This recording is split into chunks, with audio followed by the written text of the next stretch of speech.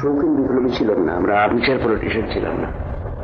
আমার যৌবনের সবচেয়ে শ্রেষ্ঠ দিনগুলো যে আদর্শকে দিয়েছি, কুকুরের মতো জীবনযাপন করেছি, 4-4টে ওয়ারেন্ট নিয়ে পুলিশের টানা খেয়ে, হ্যাঁ, ধানের খেতে রাতের পর লুকিয়ে দেখেছি, জোকে ছিঁড়ে খেয়েছে।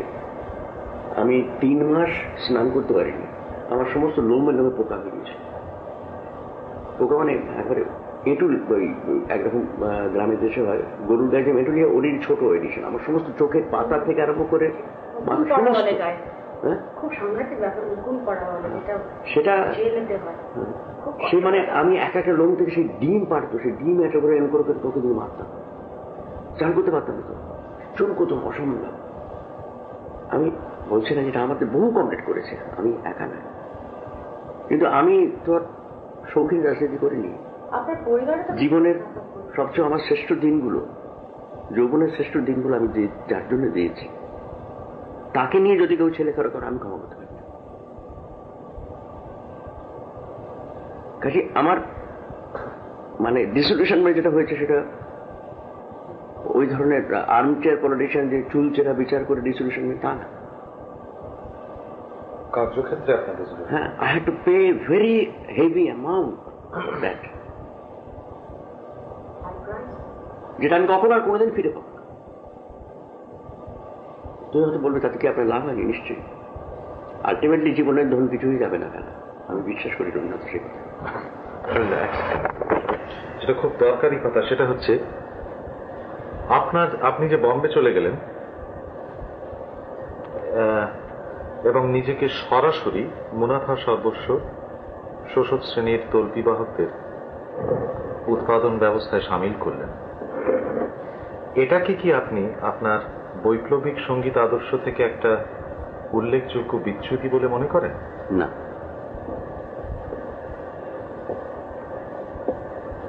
আমি মনে করি এই জন্যই। আমি তখনও মনে করতাম, এখনো মনে করি সিনেমা একটা অত্যন্ত শক্তিশালী মাধ্যম। যেভাবে আমি রেকর্ডে গিয়েছিলাম সেটা যেমন মনে হয়নি যে ব্যবসাদারি রেকর্ড কোম্পানির আমি গান করছি, কাজে আমি বৈপ্লবিক পথ থেকে দূরে সরে গেছি। একই কারণে আমি মনে করি না সিনেমার মাধ্যমে যাওয়াটা বিরাট একটা অপরাধ। এবং তোমাকে ভাবতে হবে একটা কথা, যে আমি কি নিয়ে গিয়েছিলাম বম্বে, কোন ছবি নিয়ে, কোন গল্প নিয়ে। সেটা হচ্ছে 2 বিঘা জমি, ভারতবর্ষের প্রথম কৃষক জীবনের ছবি, যে কৃষক তার জমি হারিয়ে সমস্ত কিছু দিয়ে রিক্সাওয়ালা হলো শহরে, সেই জমিটাকে ফেরত পাবে বলে সে শহরে মজুর হয়ে সংগ্রাম করছে এবং ফেরত পেল। যখন সে ফেরত যেতে পারলো, গিয়ে দেখলো সে জমিটা বাঁচাতে পারেনি, সেখানে একটা ফ্যাক্টরি রয়েছে। এই যে ফিউডালিজম থেকে তার ক্যাপিটালিজমে যাওয়ার যে পথ, তার যে যন্ত্রণা, তার গল্প, তার ট্র্যাজেডির গল্প।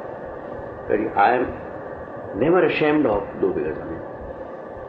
Even today I am proud. And I think that Indian cinema should be proud of 2 বিঘা জমি.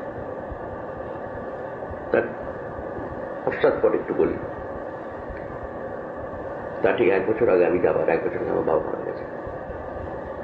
আমার বিধবা মা, ছোট ছোট 6টি ভাই বোন, বাবা কিছু রেখে যান। সারা জীবন উনি যা উপার্জন করেছেন না আমাদের জন্য, এবং বিশ্বাস করতেন না। বলতেন আমার মূলধন ব্যাংক ব্যালেন্স এই আমার ছেলে, এই শুনি শনি, এই আমি রেখে যাচ্ছি। মাকে বলছে বিলিটি যদি বাঁচতে হয় ওরা বাঁচবে, না বাঁচতে আমার কিছু করার নেই। তার জন্য বাবার উপর আমার কোনো অভিযোগ নেই। কিন্তু উনি যখন চলে গেলেন আমি প্রথম বুঝতে পারলাম যে সংসার কাকে বলে। তার আগে কোনোদিন কখনো মাথার বড় গাছের তলায় ছিলাম, কখনো ভাবিনি যে কোত্থেকে চাল আসে, কোত্থেকে ডাল আসে, কি করে রান্না হয়, কোনোদিন ভাবিনি। ইতিমধ্যে আমি ছবি করেছি, ধরো পাশের বাড়ি ছবি করেছি, তার টাকা বাকি। মহিলা মঙ্গলবারের ছবি করেছি, তার টাকা বাকি। প্রাণপণে চেষ্টা করছি টাকা করবো, এমনটা বড় টাকা না, 2000 টাকা তো আমাদের মিউজিক ডাক্তার ফি, তার মধ্যেও অর্ধেক টাকা মেরে দিয়েছে। ওই সকাল থেকে রাত্রির অবধি কাজ ছিল। ওই বাড়িতে বসে টাকাটা যদি বাবা মারা গেছে, যদি একটা সহানুভূতি পাই, যদি মা তুমি ছোট ছোট ভাই বোন, সবচেয়ে ছোট বোনটা আমার তখন 3 বছরের কাজ। সুভাষে তখন মাত্র 7 বছর বয়স। বাবু এবার সমীর বম্বেতে ডাইরেক্টর হয়েছে, ওর তখন 11 বছর বয়স। আমার আরেক বোন মিন্টু, তার 5 বছর বয়স। আমার 2টি অবিবাহিত বোন, একজন 14 বছর, একজন 16 বছর। একজন লোক এসে বাড়িতে জিজ্ঞেস করেনি কে 2 টাকা দেবো, আজ তোর খেতে পেয়েছ। যার জন্য আমার জীবনের এতগুলো বছর আমি ব্যয় করেছি। একজন পার্টি কর্পোরেট আসেনি, একজন সংস্কৃতি কর্মী আসেনি, নিজে একলা বাঁচার চেষ্টা করেছে। আমি কারো কাছে আমার চরিত্রের ওই জিনিসটা আছে, আমি ওই অভিযোগ করতে ভালোবাসি না, কমপ্লেন করতে ভালোবাসি না, নিজের উপর ঘৃণা হয়। কারোকে বলিনি যে আমাকে 2 টাকা দাও, কিন্তু আমার যেটা পাওনা টাকা সেটার জন্য আমি ঘুরেছি। তার মধ্যে কিছু কাজ করেছি, কমার্শিয়াল সমস্ত কাজ করতে আরম্ভ করলাম। প্যালুডিনের গান, লিপটন চায়ের গান। অ্যাকচুয়ালি জানো, আমার বাবা যেদিন মারা গেলেন সেদিন আমি প্যালুডিন রেকর্ড করে ডিজে কিমার্সে, তখন Satyajit Ray DJ কিমার্সে commercial artist, আমাকে সত্যজিৎ রায় বলছেন না, আপনার এত অসাধারণ সুরের ক্ষমতা, আপনি এই লিপটনের গান করলেন। আমার টাকা চাই সত্যজিৎ রায়, আমার বাবা ভীষণ অসুস্থ। আমি যদি 300 টাকা পেলাম গান করে, বাবার হাতে দিতেন। বাবা সেন মানে তার পরের দিনই মারা গেলেন। বাবার হাতে বাবা বালিশের তলে রেখে দিলেন, এই টাকাটা আমাকে আমার বাচ্চু দিয়েছে, কেউ হাত দেবে না এই টাকা, মাকে বলে। সেই টাকা দিয়ে বাবা সব কাজ হলো, সব কাজ।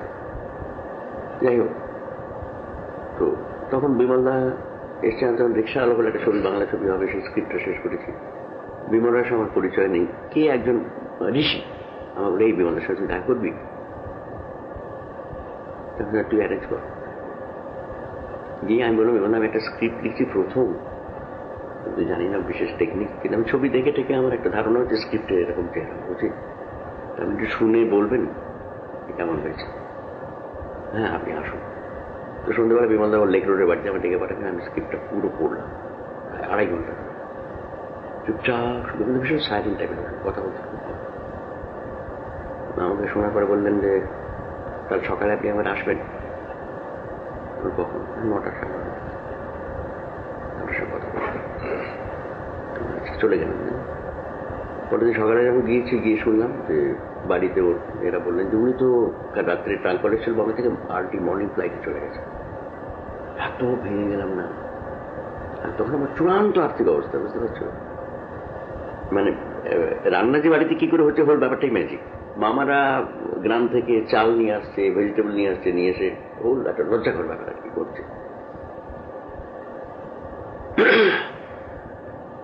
যাই হোক, 7 দিন পরে ওদের একটা টেলিগ্রাম পেলাম যে interested in your script for Hindi, call back if interest.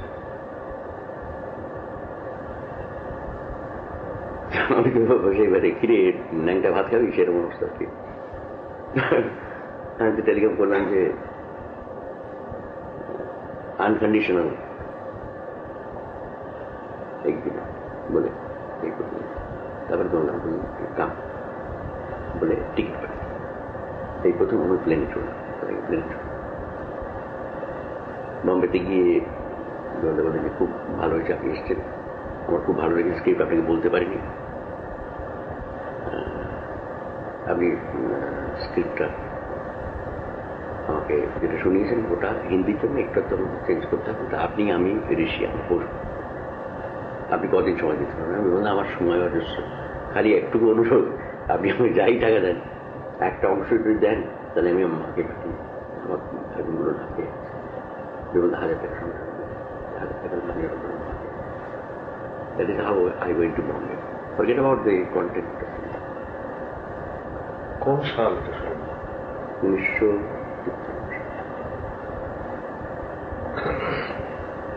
এর নাম যদি রেনিগেট হয়, আমি রেনিগেট। শরীরদা, এককালে আপনার সাংস্কৃতিক রাজনৈতিক তৎপরতার কেন্দ্র ছিল কলকাতা। সেই কলকাতা ছেড়ে আপনি একদিন চলে গেলেন, বেশ কবছর পর ফিরে এসছেন আবার কলকাতায়। এই ফিরে আসার মধ্যে কি সাংস্কৃতিক রাজনৈতিক উদ্যোগে আবার সামিল হবার কোনো ইঙ্গিত আছে? নিশ্চয়ই।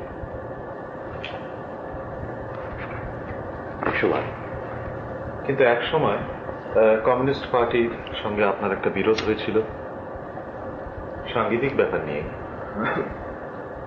তারপর আপনার আর্থিক দুর্যোগ, সাংসারিক দুর্যোগ, বাবা মারা গেলেন, সংসার টানার দায়িত্ব। একটা কথা বলি, বম্বে যেতে হলো। আমি কমিউনিস্ট পার্টির মুখ চেয়ে বাংলাদেশে ফিরছি, এটাই জানতে চাইছি। ফর ম্যাটার কোনো পার্টির মুখ চেয়ে বাংলাদেশে ফিরছি। আমার during my long absence of 28 years in Bombay আমার যোগাযোগ কিন্তু কোনোদিনই বিচ্ছিন্ন হয়নি। আমি প্রতি বছর পুজোর গান করেছি এবং বহু গান করেছি, এবং সে গান আমার দেশের মানুষ ভালোবেসে তার যথেষ্ট প্রমাণ আছে। প্রচুর রেকর্ড বিক্রি হয়েছে। ধরো গায়ের বুজুর থেকে আরম্ভ করে এই যে গত বছর অব্দি, এই বছর যে পুজোর গান করেছি, I have always been the best seller। এবং 35 বছর এই ধরনের বেস্ট সেলার হয়ে থাকা আমার মনে হয় পৃথিবীর কোনো কম্পোজারের ভাগ্যে বোধহয় ঘটেনি। যেটা অন্তত বাংলা সঙ্গীতের ক্ষেত্রে আমার ক্ষেত্রে ঘটেছে, যেটা আমার প্রচন্ড সাহস এবং শক্তি দেয়। সেই মানুষদের কাছে ফেরবার জন্য আমার কোনো পার্টির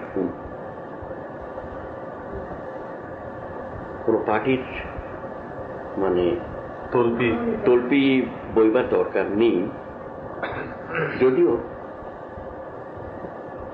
আমি যে মার্কসিস্ট একবার হয়, আমার নিজের বিশ্বাস যে সব কখনো অমার্কসিস্ট হতে পারে না। যদি সত্যিকার কেউ মার্ক্সবাদে বিশ্বাস করে তার জীবনযাত্রাকে নির্ভর করতে থাকে, সেই দর্শনে তার জীবনকে মধ্যে সে করতে পারে। এবং আমার নিজের ধারণা, আমি হিন্দি ছবির ক্ষেত্রে যা যা কাজ করেছি, যেসব ছবিতে সঙ্গীত করেছি, আমি হয়তো তুমি কোথাও খুঁজে পাবে, কেন ফিল্মের রিকোয়ারমেন্ট হিসেবে আমাদের তো গান করতে হয়। কিন্তু আমি যেখানে না খেয়েও থেকেছি, আমি কখনো কোনো ধর্মীয় সঙ্গীত করিনি। মাইথোলজি গান আমি অনেক অফার এসেছি, ভোজপুরি ছবি, মাইথোলজি গান কখনো করিনি, কখনো। এবং সেই চেতনাটা আমার ছিল বলেই করি।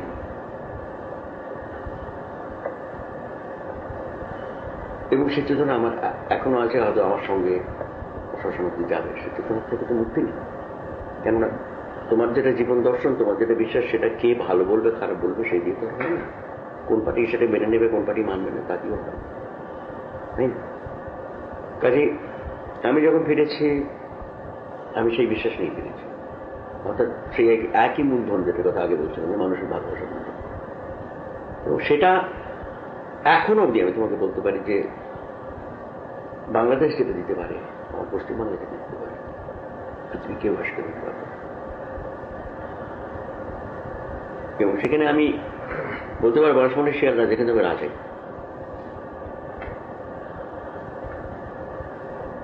শুধু একটা প্রশ্ন, আপনি প্রশ্নটা একটু শুনুন। আপনিও শুনুন। ধনতান্ত্রিক সমাজ ব্যবস্থায় গান একটা ভোগ্য পণ্য, কনজিউমার গুড। অথচ সমাজ সচেতন প্রগতিশীল সঙ্গীত আদর্শের দিক দিয়ে গানকে এই সমাজের বিভিন্ন দ্বন্দ্বের প্রতিফলন ঘটানোর জন্য এবং সেই সব দ্বন্দ্ব নিরসনের উদ্দেশ্যে বৈপ্লবিক দৃষ্টিভঙ্গি থেকে সচেতনভাবে ব্যবহার করা যায়। এই ধরনের গান আপনি বা অন্য কোনো পেশাদার গীতিস্রষ্টা যখন বাঁধেন এবং তা রেকর্ড করান, সেই গানও কিন্তু উপস্থিত উৎপাদন ব্যবস্থার দরুন ভোগ্যপণ্যে পরিণত হয়। এখন মুনাফাবাজ ধনতান্ত্রিক সমাজ ব্যবস্থার ভোগ্যপণ্যে একদিকে যেমন এই সমাজ ব্যবস্থার বিভিন্ন দ্বন্দ্ব আপনিই প্রতিফলিত হচ্ছে, অন্যদিকে তেমনি এই সমাজ ব্যবস্থা বিরোধী কোনো মানবিক সৃষ্টিও যখন অবধারিতভাবেই ভোগ্যপণ্যের রূপ নিয়ে আসে, তখন সেই সৃষ্টির নাশকতামূলক বা যাকে বলে যে সাবভার্সিভ ভূমিকাও হয়তো খানিকটা ক্ষুণ্ণ হতে পারে।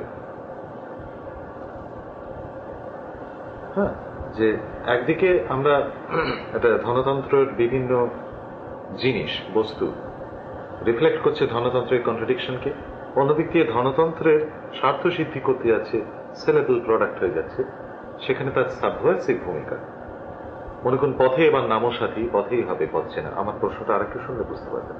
যেমন ধরুন আপনার গানের ক্ষেত্রে যেটা একাধিকবার হয়েছে, একটা অ্যাজিট প্রপ গান বা সামাজিক রাজনৈতিক পরিবর্তনের আহ্বানের একটা গান যা কেবল হিট করে গেল। পুজোর লাউড স্পিকারে আকাশবাণীর অনুরোধের আসরে বেশ হই হই করে সেই গান বাজছে, জলসায় সে গান গাইছে লোকে, আর 10টা চটুর ফালতু গানের সঙ্গে সেই গানও গণনাট্য আন্দোলনের সময় আপনি যেরকম ভাবে দেখেছিলেন ব্যাপারটাকে, সেই একই উদ্দীপনা নিয়ে লোকে শুনছে, কিন্তু মুড়ি মিছড়ি এক করে শুনছে। অর্থাৎ ফালতু চটুল আজকের ক্ষণিকের আনন্দ বিনোদন দেবে সেই গানের সঙ্গে আপনার গানও বাজছে। এর ফলে কি আপনি মনে করেন সলিল চৌধুরী হিসেবে যে আপনার সেই গানের বৈপ্লবিক আবেদন কমে যাচ্ছে? না, একটা কথা মনে রাখবো, গণতান্ত্রিক ব্যবস্থার সবচেয়ে বড় লোভনীয় যে জিনিসটা সেটা হচ্ছে মুনাফা।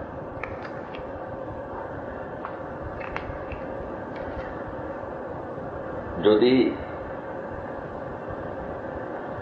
মাকে ন্যাংটো করে নাচলে মুনাফা হবে, গণতন্ত্র মাকে ন্যাংটো করে নাচে। যদি কিছু প্রগতিশীল কথাবার্তা বললে মুনাফা হয়, পরে প্রগতিশীল কথাবার্তা সহ্য করে একটা সীমা পর্যন্ত। অফকোর্স যতক্ষণ না গায়ে প্রচন্ড ফোসকা পড়ছে ততক্ষণ সহ্য করে, এবং সেই সুযোগ চিরকাল বিপ্লবী সাহিত্যিক, শিল্পী, সঙ্গীতকার নিয়েছে। সেটা হচ্ছে বিপ্লবের, যে কোনো বিপ্লবী শিল্প ইতিহাস হচ্ছে। এবং তাতে আমি মনে করি না যে আমি যেহেতু পণ্য হয়ে যাচ্ছে আমার গানটা, সেহেতু তার বৈপ্লবিক আবেদন সে কিছু কম হয়ে যাচ্ছে। যারা গানটা শুনছে এবং তার সঙ্গে চটুল গানও শুনছে, একটা সময় নিশ্চয়ই আসবে যখন তাকে ভাবতে হবে, এবং যখন সে ভাবতে শিখবে তখনই ওর উদ্দেশ্য সামনে।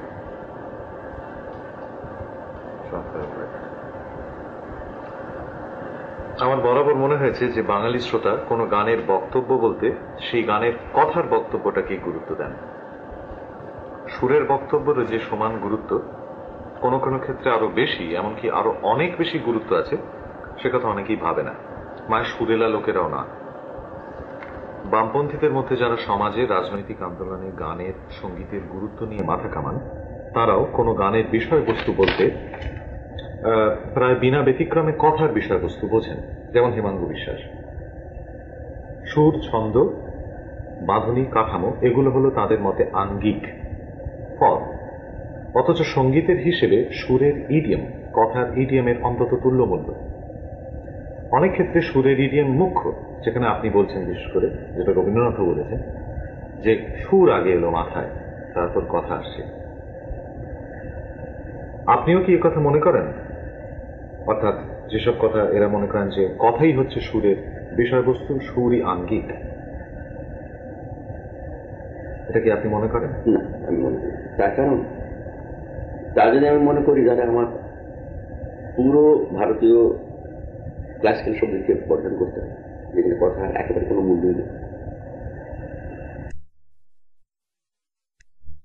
তা যদি আমি মনে করি আমাকে বেটোভেনকে বর্জন করতে হয়, মোজার্টকে বর্জন করতে হয়, ডেবুসিকে বর্জন করতে হয়। সুর ইন ইটসেলফ সেলফ সাফিসিয়েন্ট। আমাকে কথার তাগিদে সুরের প্যাটার্ন বদলাতে হয়েছে, কাঠামো বদলাতে হয়েছে। ক্ষেত্রে যেমন অস্থায়ী অন্তরা সঞ্চারী আবহ থাকা হচ্ছে আমাদের জন্মসঙ্গীতের, যেটা গায়বদীদের প্রথম আমি সেটা অস্থায়ী করে কোনো ব্যাপার, রানারে ভাঙি, পালকি চলেতে ভাঙি, সচেতনভাবে ভাঙি না, বলবার তাগিদে ভাঙি। তারপরে একটা যুগ আসে যখন সুরটা আমার কাছে প্রধান মানে সুরে তার যে সঙ্গতি, তার যে অগ্রগতি, তার যে প্যাটার্ন, তার যে প্রোগ্রেশন, তাকে আমি যদি কথা নাও দিতাম হয়তো খুব একটা তফাৎ হতো না। কিন্তু আমাদের দেশে যারা ক্লাসিক্যাল শ্রোতা তারা ছাড়া আধুনিক সঙ্গীতের ক্ষেত্রে সে ধরনের চেতনা, সাংগীতিক চেতনা গড়ে ওঠেনি। অর্থাৎ যন্ত্রসঙ্গীত বা অর্কেস্ট্রা ইন ইটসেলফ একটা চিন্তাধারা বা একটা ইমেজ বা একটা কিছু নিয়ে পৌঁছবে, এখন গড়ে উঠছে। যেমন ধরো ফিল্মে ব্যাকগ্রাউন্ড মিউজিক আমরা যে কাজটা করি, সে কাজটা কিন্তু সেই ব্যাকগ্রাউন্ড মিউজিক তুমি যদি আলাদা করে শোনো, আমি হয়তো একটা বিশেষ ভাবকে প্রকাশ করার জন্য হয়তো আমি একটা ব্যাকগ্রাউন্ড মিউজিক কম্পোজ করেছি, যেখানে আমি তোমার জন্য কোকিলার ব্যাকগ্রাউন্ড মিউজিকটা নিয়ে এসেছি। কারণটা ঠিক যে কথা ছাড়া সঙ্গীত কি বলে কিছু? আমার মনে হয়েছে যে কোকিলার মধ্যে অনেকগুলো জায়গা আছে যেগুলো কমপ্লিট সাইলেন্ট, মিনিটের পর মিনিট সাইলেন্ট, শুধু সঙ্গীত দিয়ে আমাকে বলতে হচ্ছে সে কথাগুলো। এবং সেখানে আমার নিজের মনে হয়েছে ছবিটার সাকসেস তো বটে, তারপরে ব্যাকগ্রাউন্ড মিউজিকের অসাধারণ পপুলারিটি, এই সমস্ত মিলে আমার মনে হয়েছে ওটা পারে বলতে। এবং আস্তে আস্তে আমাদের ভারতীয় শ্রোতাও সেদিকে আস্তে আস্তে এগোচ্ছে, সেদিকে আমাদের অনেক কিছু কাজ করার আছে। যেমন ধরো আমাদের ওর নামটা কি, পুজো শঙ্করের ছেলে আনন্দ শঙ্কর, আনন্দ কিছু কাজ করছে, শুধু মিউজিকের কাজ করছে। সেখানে সে কিছু সেতার টেতার দিয়ে পপ মিউজিকের সিনথেসাইজার অমুক তমুক বেসকেট করে সে শুধু তার রেকর্ড সঙ্গীতের জন্য বিক্রি হচ্ছে। কিন্তু সেই সঙ্গীত সম্বন্ধে আমার কি মত সেটা বড় কথা, কথাটি শুধু সঙ্গীত হিসেবে রেকর্ড বিক্রি হচ্ছে। কিন্তু গানের ক্ষেত্রে যেখানে কথা এসে যাচ্ছে সেখানেও কি আপনি সুরকে আঙ্গিক বলবেন না, বা কথাকে বিষয়বস্তু বলবেন, যেটা সাধারণত লোকে বলে থাকে? যেমন হেমাঙ্গ বিশ্বাস এই সলিল চৌধুরীর গান বইটারই দ্বিতীয় ভূমিকাটায় লিখতে গিয়ে লিখছেন যে শেষের দিকে সলিল চৌধুরী, মানে আপনার প্রতি যথেষ্ট শ্রদ্ধা জানিয়ে লিখেছেন যে শেষের দিকে সলিলের গানে দেখা যাচ্ছে একটা প্রবণতা যে আঙ্গিক প্রধান হয়ে উঠছে। উনি বোধহয় মিন করছেন সুর, ছন্দ, স্ট্রাকচার, স্বরসঙ্গীতির প্রয়োগ উনি মিন করছেন, যদি উনি ওইভাবে বলেন, not in so many words. অর্থাৎ যা দেখা যাচ্ছে আমার যে বক্তব্যটা ছিল সেই মতো এরা প্রত্যেকেই মনে করছেন বিষয়বস্তু হচ্ছে কথা, আর সুর সেটা হচ্ছে আঙ্গিক, ছন্দ লয় সেটা হচ্ছে আঙ্গিক। এখানে আপনার কি বক্তব্য? এখানে আমার বক্তব্য যে সুর ও বিষয়বস্তু হতে পারে, কথাটা আঙ্গিক হতে পারে। একটা বিশেষ সূত্রে বলার জন্য আমি কিছু কথা ধরি। আজ তবে এইটুকু থাক, বাকি কথা পরে হয়। ধূসর ধুলির পর ভেঙে পড়ে আছে রং, বহু দূর দূর যেতে হবে। আজ তবে এইটুকু থাক, এতে আমি দুটো সা করছি, কিন্তু আজ এটা সা, তবে এইটুকু থাকলি বাকি কথা এমন পরে হবে। এরপরে দেখো, ধূসর ধুলির পথ রে ভেঙে পড়ে আছে রথ, এটা কিন্তু আপনি ওই সার হিসেবে করি না। বহুদূর এর হচ্ছে মাধারে, দূর দূর মানে গারে রে, কোমল রে, যেতে হবে ধানি সানি, এটা কিন্তু সা বদলে গেল। একটা লাইনে একটা স্থায়ীর মধ্যে সাটা দুটো সা হয়ে গেল, একবার সা সা হয়েছে, একবার রে সা হয়ে গেছে। কিন্তু কোমল রে আমি যখন লাগাচ্ছি তখন দূর মনে হয় রে সানি পাধানি ধা ধা, এই ফিলিংটা আসবে, কিন্তু তা নয়। এটা হচ্ছে গা রে রে ধানি সানি। এটা যদি একটা ক্লাসিক্যাল আমি গাই, কি সারগামটা কি হচ্ছে, কি বুঝতে পারছি? এই সুরের পদ্ধতিতে আমার বলার জন্য আমি এই কথা করে ধরেছি। কথা মূল্যবান মানে আজ তবে এইটুকু থাক বাকি কথা পরে। ধূসর ধুলির পথ ভেঙে পড়ে আছে রথ, বহু দূর দূর যেতে হবে। আজ তবে এইটুকু থাক বাকি কথা পরে। এটা কিন্তু এই কথাটা আমি যদি আগে লিখে তারপর সুর করতাম তখন এই গানটা হতো না। এটা আমার সুরকে ধরে আমি কথা বসিয়েছি। কথা বসাতে গিয়ে সম্ভবত যে কোনো সচেতন মানুষ যে কথা বলবে তার একটা অর্থ তো সে খুঁজবে। সঙ্গতি থাকতে হবে। হ্যাঁ, সেখানে তুমি দুটোকেই বলতে পারো ফল, দুটোকেই বলতে পারো কন্টেন্ট।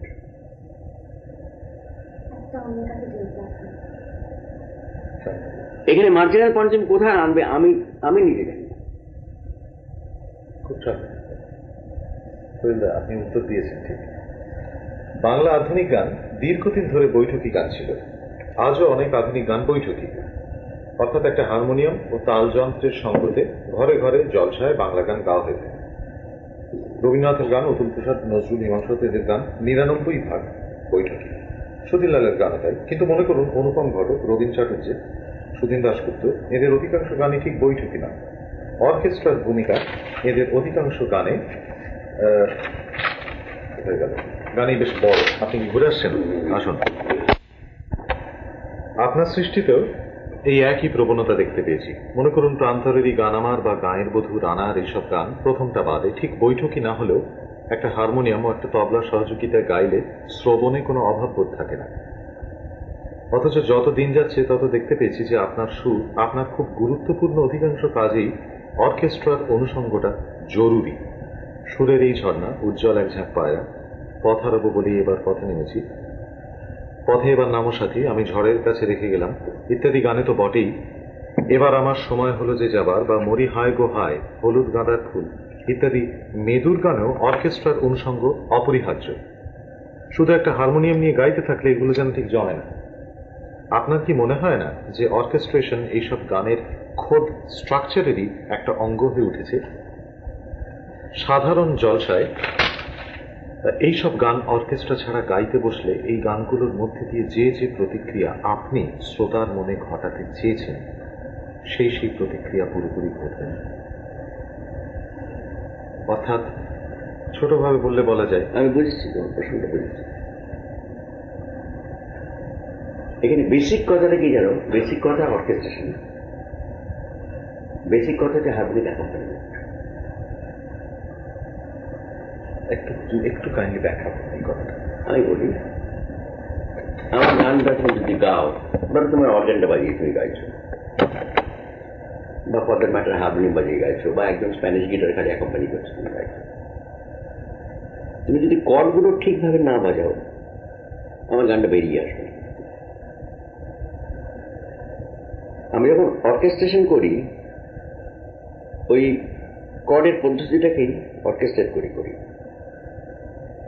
যে কোনো অর্কেস্ট্রেশনের রুট হচ্ছে পাশ্চাত্য সঙ্গীতে যে তার harmonic background. Harmony Oxford dictionary of মিউজিকে বলছে যে এটা হচ্ছে সুরের পোশাক। অর্থাৎ ধরো সুমন চট্টোপাধ্যায় শার্ট প্যান্ট পরে বসে আছে, এটা একটা সুমন চট্টোপাধ্যায় কিন্তু সুমন। তুমি যদি ধুতি পাঞ্জাবি পরে বসো তুমিও সুমন। তুমি যদি শেরওয়ানি চুজ করে বসো তুমি সুমন। কিন্তু এই তিনটে হারমোনি হলো, মেলোডি কিন্তু একই রইল। এবং একটা মেলোডিকে বা কেমন করে দেখিয়েছিলেন, একটা অক্সফোর্ড ডিকশনারি অফ মিউজিকের মধ্যে একটা আছে যেখানে বলছেন যে ডিফাইন করছে আর কি ফর্মকে। যে ফর্মের মধ্যে একটা জায়গাটা আছে যে বার্ড বসে বসে একটা মেলোডিকে, খুব সিম্পল একটা 4 বারের মেলোডিকে 19 রকম অ্যাকম্পানিমেন্ট করে দেখিয়েছে, 19 রকম হারমোনিক, মানে 19 রকম পোশাক পরিয়ে দেখিয়েছে দাদা। কোনোটার সঙ্গে কোনোটার মিল নেই। কিন্তু যে ভদ্রলোক হচ্ছে মেলোডি, সে কিন্তু সেই একই ভদ্রলোক বা ভদ্রমহিলা, তিনি নানা রকম পোশাক পরছেন। আমি একটি পার্টিকুলার মেলোডিকে একরকম পার্টিকুলার পোশাক পরাতে চাই, যেটা আমার রুচি। সঙ্গমিত্রা একটা মোজা আর স্কার্ট পরে আছে, হ্যাঁ, আমি যদি সঙ্গমিত্রাকে আঁকি, ছবি আঁকি, আমি হয়তো ওই পোশাক পরাবো না। সঙ্গমিত্রা যে পোশাকে সব থেকে বেরিয়ে আসবে বলে আমার ধারণা, আমি সেই পোশাকটা পরাবো। সেখানে সঙ্গমিত্রা আমার মেলোডি, ওর পোশাকটা হবে হারমোনি। এবং আমার প্রত্যেক কটি গান হচ্ছে একটা বিশেষ চরিত্র, তা সে কি পোশাকে, সে কি অর্নামেন্টেশনে আসবে মানুষের কাছে, তার তুমি একটাকে যদি বাদ দাও আর একটা বাঁচবে না। কাজে আমার গানকে তুমি যদি হারমোনিক সিম্পল হারমোনিয়ামে বাজিয়ে তুমি গাইতে পারো, তোমার খারাপ লাগার কোনো কথা নয়, বৈঠকি গান হতে পারবে, তাতে কোনো আপত্তি হবে না। কিন্তু তাকেই, যেমন ধরো আমি তোমাকে বলি সিম্ফনি আর সোনাটার যে তফাৎ, সোনাটা হচ্ছে সিম্ফনির গোড়ার কথা, যে কোনো সিম্ফনি ফর্ম হচ্ছে সোনাটা, যেটা পিয়ানোতে একজন কম্পোজার বসে বাজাতে পারে। সেটাকে যখন 120 জন মিউজিশিয়ানের ভাগ করে দেওয়া হয়, তুমি যদি সিম্ফনি সম্বন্ধে পড়ো তাহলে দেখবে যে তার ফর্মটা, বেসিক ফর্ম হচ্ছে সোনাটা। বেথোভেনকে যদি ফিফথ সিম্ফনি বাজাতে বলা হতো পিয়ানোতে বসে, he could have played the fifth symphony completely on the piano as a sonata form. তাতে যে বোদ্ধা, তার বুঝতে অসুবিধা হতো না কি হচ্ছে ফিফথ সিম্ফনি,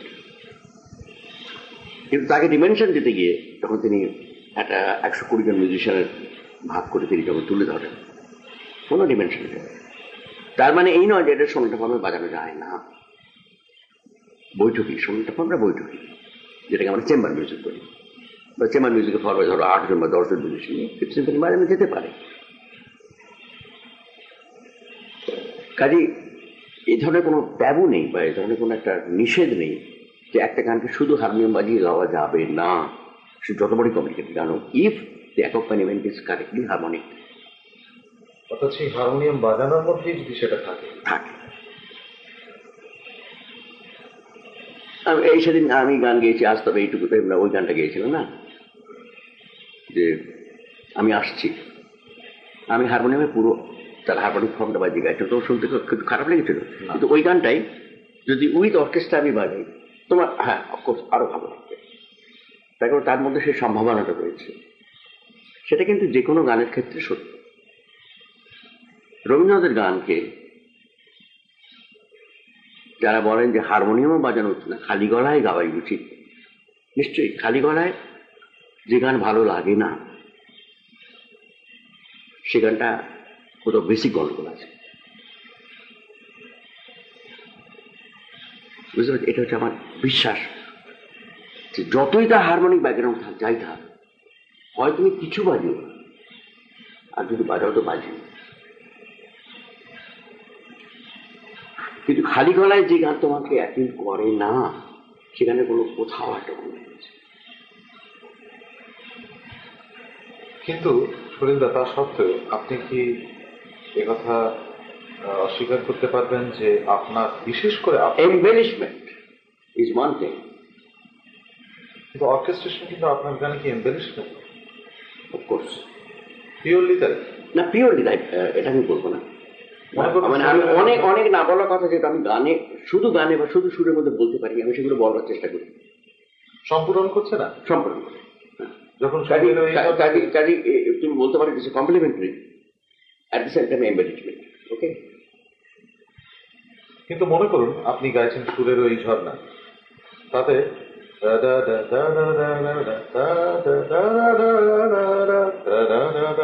আচ্ছা এই হলো, তারপর ঝরনা ঝরে, এই তো গানটা কিন্তু যেভাবে আমরা রেকর্ডে শুনছি, কিন্তু এখানে শেষ হলো না গানটা। গানটা চললো কোথায়? অর্কেস্ট্রায়। তারপর আপনি আবার স্ট্রিংস আছেন, এই যে কমপ্লিট হলো সাইকেল, আমার মনে হচ্ছে ঠিকই না। এটা কি আপনার মনে হয় যে ইন্টিগ্রাল পার্ট হয়ে যাচ্ছে? এবং এখানে আমার কোনো, তোমার সঙ্গে আমার কোনো মতভেদ নেই একেবারে। এখানে আমরা করছি কি, যে আমার সুযোগ কতটুকু আছে। যেমন ধরো এই ইদানিং কলকাতায় আমি ফিরে আসার পরে একটা ব্যাপার ঘটেছে। কলকাতায় এখনো আইপিটিএ রয়েছে, তো আইপিটিএর দল আছে, অনেকগুলো গ্রুপ আছে, তারা গান টান করে। তারা হারমোনিয়াম একটা ঢোল নিয়ে গান করে, কিন্তু তারা গান করে হারমোনিয়াম ঢোল নিয়ে গান করে, আমার কোনো আপত্তি নেই। তারা মনে করে এইটি বৈপ্লবী। আমি গান করি উইথ অর্কেস্ট্রা, আমার ছোট্ট একটা অর্কেস্ট্রা আছে, কেমন, সেখানে ইলেকট্রনিক ইনস্ট্রুমেন্ট আসে, গিটার আছে, ইলেকট্রিক গিটার আছে, অ্যাকর্ডিয়ন থাকে, সিনথেসাইজার থাকে, বেস গিটার থাকে। এটা তো ওদের ভীষণ আপত্তি। ওরা বলছে এইটা হয়ে গেছে, একবারে বুঝলো না। মাঠে ঘাটে গান গাইব, হারমোনিয়াম তবলা, এটি কি যথেষ্ট না? আমার খালি বক্তব্য মাঠে ঘাটে যাও, কলকাতা গিয়েও। বুঝতে পারছো? মাঠে ঘাটে ওরা যাবে না, কিন্তু মাঠে ঘাটের মতো করে গান করবে কলকাতা শহরে বসে, যেখানে আমাদের যুব সমাজের মনে প্রতি মুহূর্তে হাইলি সফিস্টিকেটেড অর্কেস্ট্রা গান শুনছে, পপ মিউজিক শুনছে, যেগুলো আমাদের ছেলে মেয়েদের একবার শেষ করে দিচ্ছে। তারা ওই মাইন্ডলেস মিউজিক শুনতে দিলে বলে সেই সব রেকর্ডিং দিচ্ছে চলছে। ওই যে মাল্টিট্র্যাক রেকর্ডিং আছে, স্টেরিওফোনিক এফেক্ট আছে, টোটালি পাগল হয়ে যাচ্ছে। তার সঙ্গে আমাকে পাল্লা দিতে হবে, আমার কথা তাদের সেই মানুষের কাছে আমাকে যেতে হবে। আমি যদি ওই সফিস্টিকেশন দিয়ে তাকে বিট করতে না পারি, if I cannot beat them in their own game, where am I? আমি ধরো সলিল চৌধুরী হিসেবে আমার সাকসেসের সবচেয়ে বড় পয়েন্ট কি মনে করি জানো? যে টপ মোস্ট লতা মঙ্গেশকর থেকে আরম্ভ করে শিল্পী পর্যন্ত আজকের আমার গান গাইতে চায় কেন? আমার প্রীতিশব্দ করবো বলে? কেমন তো? অর্থাৎ কোথাও একটা শিল্পী হিসেবে তার স্যাটিসফ্যাকশন হয়, আর দ্বিতীয় ব্যাপার হচ্ছে যে acceptance by the people, also another thing, তাই না? সেটা আমি কি করে করতে পেরেছি? এই জন্য যে তোমার যে যন্ত্রপাতি আছে, তুমি যা বাজাও তার থেকে আমি ভালো বাজাই, তুমি যে অর্কেস্ট্রার তোমার যন্ত্রপাতি দিয়ে করো আমি তার থেকে ভালো করি, এবং আমার কথা বলবার জন্য আমি যেভাবে প্রয়োগ করি তোমরা সেভাবে প্রয়োগ করতে পারবে না, বিকজ তোমরা ডিকাডেন্ট।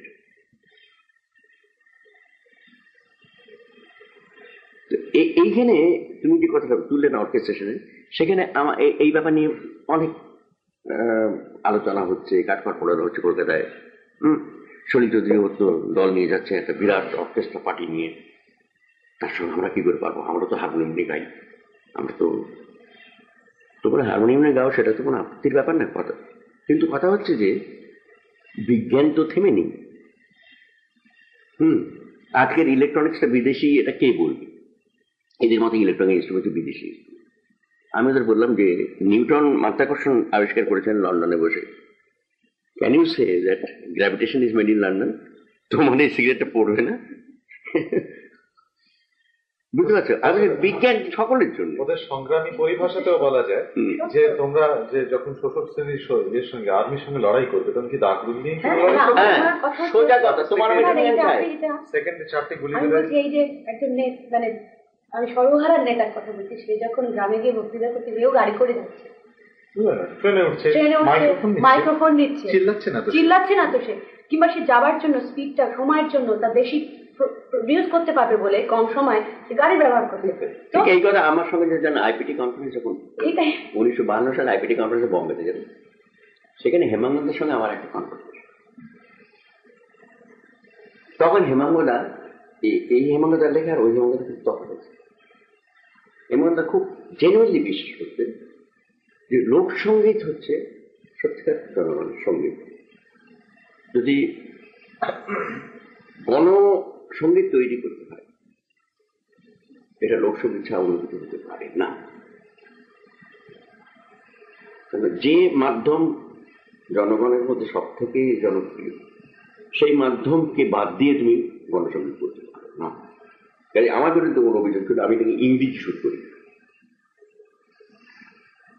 এবং ইংরেজি সুর করে গণসঙ্গীত করা যায়,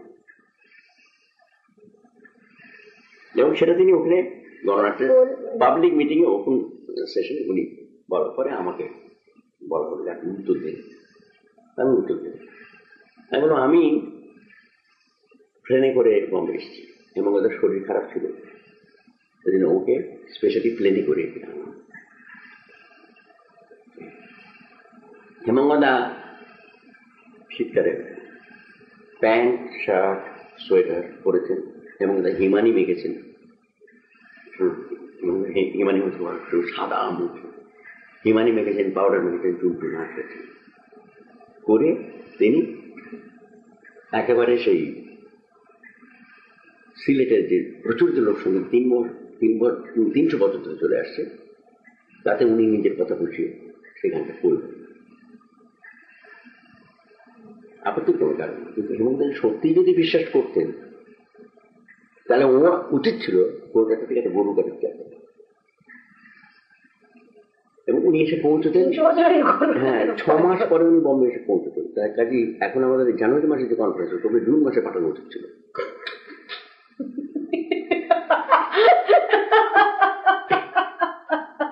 জুন মাসে উনি যদি যাত্রা করতেন আজকে এসে পৌঁছতেন, এবং ওর উচিত ছিল হাঁটু অব্দি একটা ধুতি, একটা ওপরে গায়ের চাদর নিয়ে, কিংবা তাও না, ভারতীয়তা চূড়ান্ত জীবনে যিনি পালন করেন তিনি সঙ্গীতে পালন করছেন।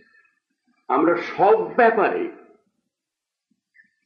যদি আধুনিক হই, আমাদের যাতায়াতের ব্যাপারে, আমাদের পোশাকের ব্যাপারে, আমাদের খাওয়া দাওয়ার ব্যাপারে, সঙ্গীতই বা এমন একটা অপরাধ করেছে আধুনিক হতে পারবো না, যে ওই 500 বছর আগে পড়ে থাকবে। এটা কেন? অবনী ঠাকুর যেখানে থার্ড ডাইমেনশন পেন্টিং এ, ভারতীয় পেন্টিং এ নিয়ে এসছে আজ থেকে 70 বছর আগে, যেখানে উপন্যাস বলে একটা বস্তু জন্মেছে যেটা সম্পূর্ণ বিদেশি, যেখানে সনেট বলে একটা বস্তু জন্মেছে, হ্যাঁ নামটাই বিদেশি, হ্যাঁ যেখানে অমিত্রাক্ষর ছন্দ বলে একটা জন্মেছে, যেখানে ছোট গল্প বলে একটা জিনিস জন্মেছে, শর্ট স্টোরি, কিন্তু কোনোটাই ভারতীয় নয়। কিন্তু আমাদের বিশেষ জীবনযাত্রার বিশেষ ভাবধারাকে প্রকাশ করার জন্য এইসব আঙ্গিকগুলোকে আমাদের নিতে হয়েছে।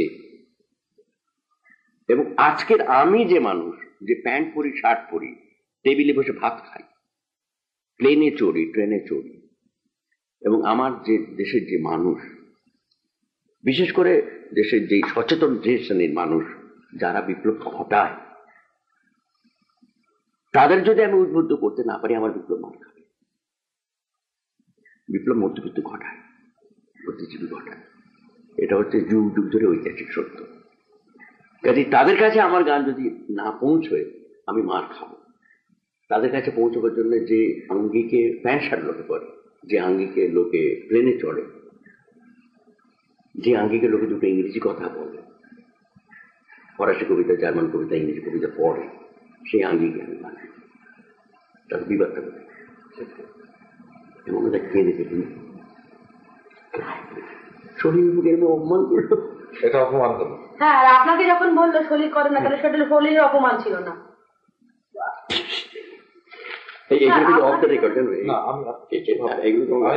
নাম না হলেও এই আমাকে এনে দেবে। আচ্ছা, এই অর্কেস্ট্রেশনের ব্যাপারে, অর্কেস্ট্রেশনের ব্যাপারে একটা খুব কটা খেয়েছি, এগুলো আধ বোতল তুই মনে রাখবে। অর্কেস্ট্রেশনের ব্যাপারে ভারতীয় মেয়ে ভারতীয় হিসেব করছো না, ইংরেজি হিসেব করছো। বোতল আবার কি? সবসময় বিজয়মাঙ্গদা মদ খান না? আচ্ছা সরিন্দা, যেটা আমার ছোট কানে যেটা মনে হয়েছে সেটা হচ্ছে, সবাই কি সব পারে? তাহলে জিজ্ঞেস করতাম কখনো বিদেশি খান কিনা, সবসময় দেশি মদে আটকে আছেন কিনা। আচ্ছা, আপনার বিভিন্ন গানে অর্কেস্ট্রা রচনা খুঁটিয়ে লক্ষ্য করলে দেখা যায় কতগুলো যন্ত্র ফিরে ফিরে আসছে, বারবার প্রাধান্য পাচ্ছে, যেমন অ্যাকর্ডিয়ন, বাঁশি। আমি আপনার ইলেকট্রনিক্স যন্ত্র ব্যবহারের আগের সময়কার কথা, তখন অন্য কিছু ছিল না। আমাদের এইগুলো কিন্তু আমাদের চয়েস খুব কম। I would have preferred to have at least a chamber orchestra with me.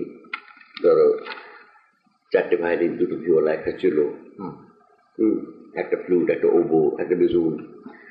I would love to have it, কিন্তু আমার পক্ষে সম্ভব না। কি করে করবো? আজকে ধরো না, এই যে গানগুলো রেকর্ড করি, আমি ভায়োলিন ইউজই করতে পারি। কেন, ভায়োলিন ইউজ করতে গেলে মিনিমাম 6টা ভায়োলিন ছাড়া আমার কোনো কালার আসবে না, বুঝতে পারছো? একটা বা দুটো ভায়োলিন কি করবে, কিছু হবে না তো। তার ফলে হয় কি, আমাদের এইসব ব্যাপারগুলো কিন্তু আমরা হ্যান্ডিক্যাপ বলে করি, সেখানে আমার চয়েসটা খুব কম। তুমি ভেবো না, আমি যে অ্যাকর্ডিং যেটা ব্যবহার করছি ওটা যদি আমি ভায়োলিনে ব্যবহার করতে পারতাম অনেক বেশি খুশি হতাম। বুঝছো? পছন্দ কে পছন্দ? আমার পক্ষে পছন্দ।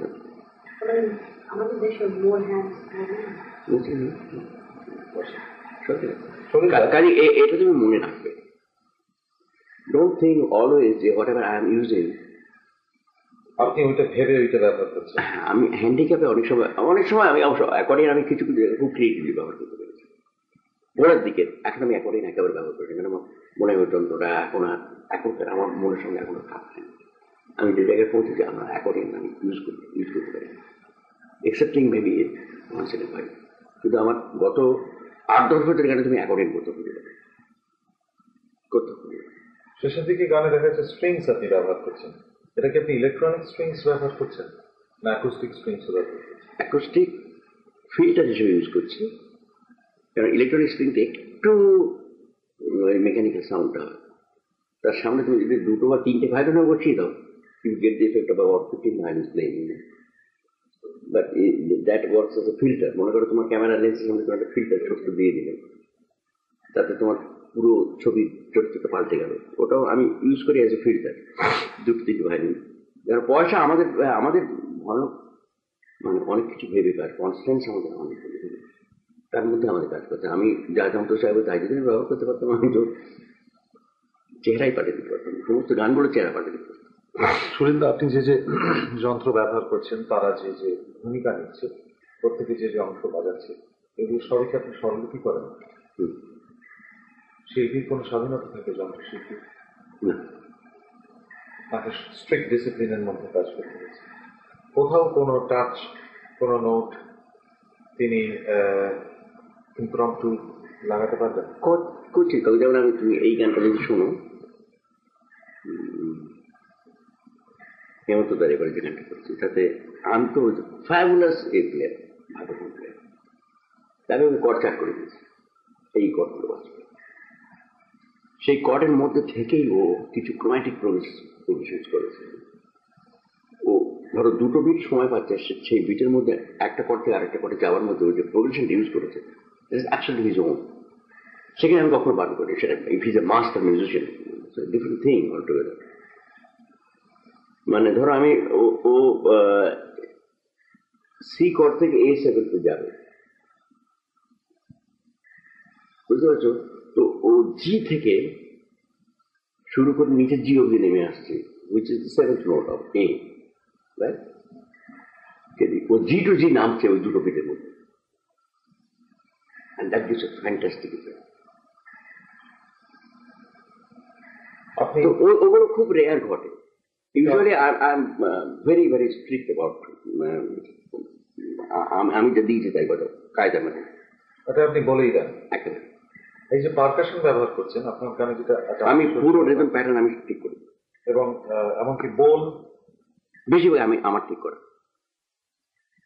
এবং আপনি দেখা যায় বহু পারকাশন ব্যবহার করছেন, পারকাসিভ নয়, পারকাশন মানে তাল যন্ত্র করে, এবং সেখানেও আপনি প্রতিটাই প্রায় ঠিক করেন। তুমি একটা জিনিস লক্ষ্য করো, আমার প্রত্যেকটা গানের তাল সম্বন্ধে আমার নিজস্ব একটা, যেমন ধরো ও সাজে না বলে যে গানটা, ওতে যে তালটা আমি ইউজ করছি, ও তালটা আমার সৃষ্টি, কিন্তু এরকম আমি বহু গানে করেছি। ওরা কিন্তু কারবার যেও না তাক তার দিন না ধা, তাক তার দিন না ধা, এটা কিন্তু কার ভাই 1 2 3, কিন্তু ওটা হচ্ছে খালি বাড়ি বাড়ি আমরা তাক ত্রিকটি তার দিন না ধা, ত্রিকটি তার দিন না তাক, ত্রিকটি তার। এইতে গানটা যেভাবে খুলেছে, ওটা যদি ধাকিতে নাচতে দিন ধাকিতে, এটা যদি বাজাও কিছুতেই ওর সাথে গান হবে না, ওই জায়গায় পৌঁছবে না। কাজে একটা সুরকে আমি যখন ভাবি, তার যে অ্যাকম্পানিমেন্টকে আমাকে ভাবতে হবে, যে কোন ছন্দে এর সঙ্গীত বাজালে এই গানটা বাইরে বেরিয়ে চলে আসবে। এবং অধিকাংশ ক্ষেত্রে আমি সেটা ঠিক করি। কখনো কখনো একটা দল চলতে বল, দাদা এই ক্যাসা রাখতে হবে, দেখি। যেমন ধরো আমার সঙ্গে যারা বাজায়, ভালো ভালো মিউজিশিয়ান বাজায়, বম্বের কথা বলছি, বা রাধা গান ধরো কলকাতায়, রাজু দাদা বলো, দাদা এই গানটা এই কাঁথা কিরম বাজছে আপনার গানের সঙ্গে, বলি হয়তো বাজানো, আমি বাহ খুব সুন্দর, খুব খুলছে, চলো বাজে। কিন্তু আমার বেশিরভাগ ক্ষেত্রে ভালো না, এই গানটা দেখ রাজু এরকম কর না, এরকম কর না, দেখ আমরা খুঁজি আর কি। এবং সেটাও যে আমি একেবারে সবসময় কারেক্ট বলি তাও না, ধরো আমার 2 রকম 3 রকম 4 রকম শুনে শুনে মনে হলো এইটাই মানে রিংস দ্য বেল, ইউনো।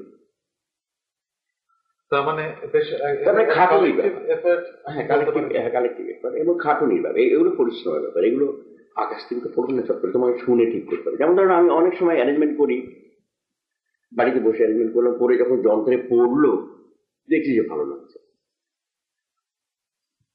তুমি একটা কতগুলো রঙের প্যাটার্ন বাড়িতে বসে অঙ্ক করে ঠিক করে তুমি যখন সত্যিকার প্যালেটে বসে আঁকতে শুরু করলো, দেখলে ইয়েলোটা ক্যাট ক্যাট ক্যাট ক্যাট করছে, না ইয়েলো বাদ দাও, ইয়েলো বাদ দাও। এইগুলো trial and error and trial, এই প্রসেসের মধ্যে দিয়ে আমাদের সবসময় যেতে। ওটা তুমি যত বড়ই যেই কম্পোজার হোক, আমি তো মনে করি না কারণ তার এটা সম্ভব সে শুধু নোটেশন দেখে টোন কালার বুঝতে পারবে। আপনাকে যদি আজ গ্রামে গঞ্জে রাজনৈতিক বক্তব্য প্রধান গান গাইতে হয়, অর্থাৎ সেরকম গান শোনানোর বন্দোবস্ত করতে হয়, অনুষ্ঠান পরিচালনা করতে হয়, তাহলে কি আপনি অর্কেস্ট্রার জন্য যন্ত্র বাছাইয়ের ব্যাপারে কোনো বাছ বিচার করবেন? অর্থাৎ আপনি কি ভাববেন, না আমি সিনথেসাইজারটা আমি দোতারা বরং বেশি নেব, যেহেতু গ্রামের কৃষক শুনছেন, আমি ব্যাস গিটার নাই বা নিলাম, এরকম কোনো বিচার কি আপনি করবেন সচেতন? ইদানিং আমি একটা কথা ভাবতে শুরু করেছি। আমার মনে হয়েছে যে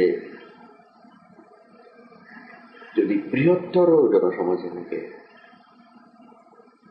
গাইতে হয়, অনেক তো করলাম গত 40 বছর চেষ্টা করতে, এমন একটা ফর্মের কথা ভাবা, হ্যাঁ, যেখানে ফর্মটা একেবারেই আনইম্পর্টেন্ট, কিন্তু কথাটা তাদের কাছে পৌঁছে দেওয়ার জন্য আমি যেটা এই আমেরিকা আসার পরে আরো বিশেষ করে ভাবছি, এই প্রবলেম আমি ওইটা একটা প্লে দেখেছি, আর কিছু প্রবলেম মিউজিক শুরু কমিউনিকেশনটা কিন্তু ওরা সেই পুরোনো এটা দেখছি, অপারেটা একটা সিঙ্গিং এটা দেখছি, ওরা কিন্তু পপ সিঙ্গিং করছে, নিশ্চয় প্লে দেখেছি, টেলিভিশনে দেখেছি, ব্রডওয়ে প্লে দেখবে, ওরা দেখবে ওরা কিন্তু ফর্ম অপেরা রেখেছে, রেখে তার মধ্যে কিন্তু বেস গিটার ইউজ করছে, পারকাসিভ ফর্মটা ইউজ করছে, মানে রিদম প্যাটার্নটা ইউজ করছে, একেবারে মডার্ন মতো ইউজ করছে, কিন্তু সিঙ্গিং স্টাইল ও tenor voice, soprano voice, baritone voice, তার যে তিম্বার, তার যে এক্সপ্রেশন, তার যে এটা, সেটা কিন্তু অনেক বেশি মানুষের কাছে পৌঁছে যাচ্ছে। আমি সেজন্য আমি একটা খুব মানে আমি একটা মানে একটা এমন একটা দ্বিধা ঠিক বলবো না, একটা মানে একটা ক্রিয়েটিভ একটা চেষ্টা করে দেখতে হবে যে মানুষের কাছে পৌঁছানোর জন্য আমার হয়তো আমি একটা রিসেন্টলি করলাম কি জানো, 4টে দোতারা ব্যবহার করার প্ল্যান করেছি। ওই 4টে দোতারা কিনেছি, আমার যারা ছেলেরা গিটার বাজাবে ওদের সব একটা করে দোতারা কিনে দিয়েছি। আমি বলে দেবো যে ওরা বাজাবে কিন্তু দোতারা স্টাইলই বাজাবে, কিন্তু 4 জন 4 রকম নোট বাজাবে,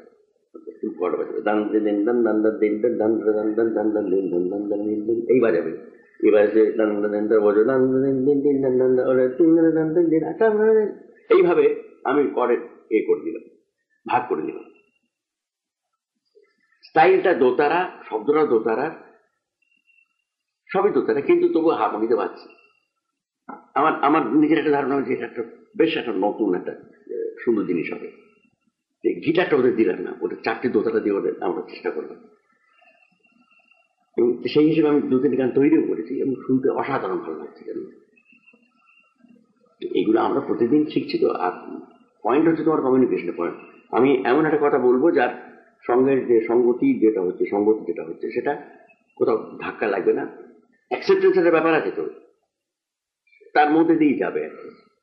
কিন্তু মনে করুন আপনার শ্রোতা সাধারণ হচ্ছেন কৃষক বা গ্রামের জেলে তাঁতি, কোনোদিন তারা সিনথেসাইজার দেখেননি, আপনি কি সিনথেসাইজার এরকম স্পিকার, কিবোর্ড স্পিকার নিয়ে বলছেন, আপনি জানেন এমন একটা গান আমি ওদের শোনাবো যে গানে এই যন্ত্রের ব্যবহার জরুরি, এবং এই সব মিলিয়ে গানটা এবং বাজনাটা ওদের জন্য খুব জরুরি, এইবারে কি আপনি সিনথেসাইজার নেবেন?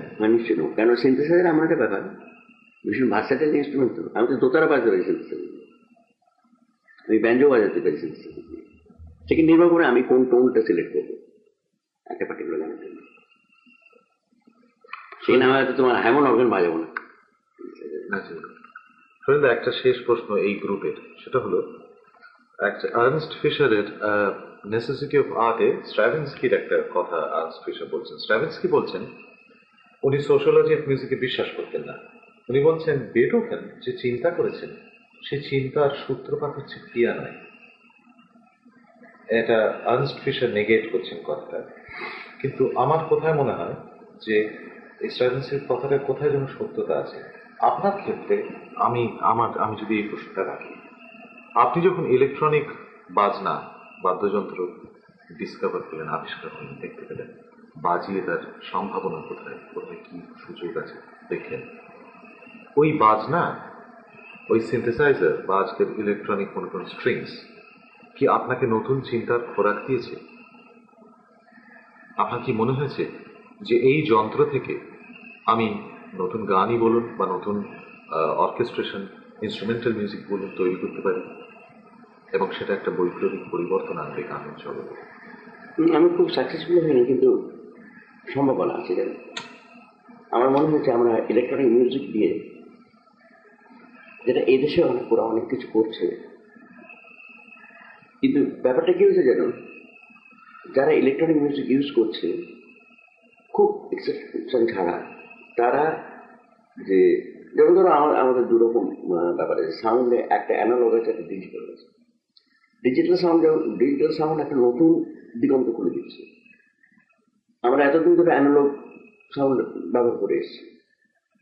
ডিজিটাল যারা করছে তাতে অধিকাংশ লোক কিন্তু অ্যানালগের ফর্মটাকে ডিজিটালে আনবার চেষ্টা করছে। ডিজিটাল নিজস্ব যে একটা সম্ভাবনা আছে সেটাকে তারা ভাবছে না। অর্থাৎ ইলেকট্রনিক মিউজিকের একটা নিজস্ব সম্ভাবনা আছে, যেটা তার একেবারে নিজস্ব একটা ভোকাবুলারি ইন মিউজিক, সেটাকে খুব কম লোকে কিন্তু ভাবছে।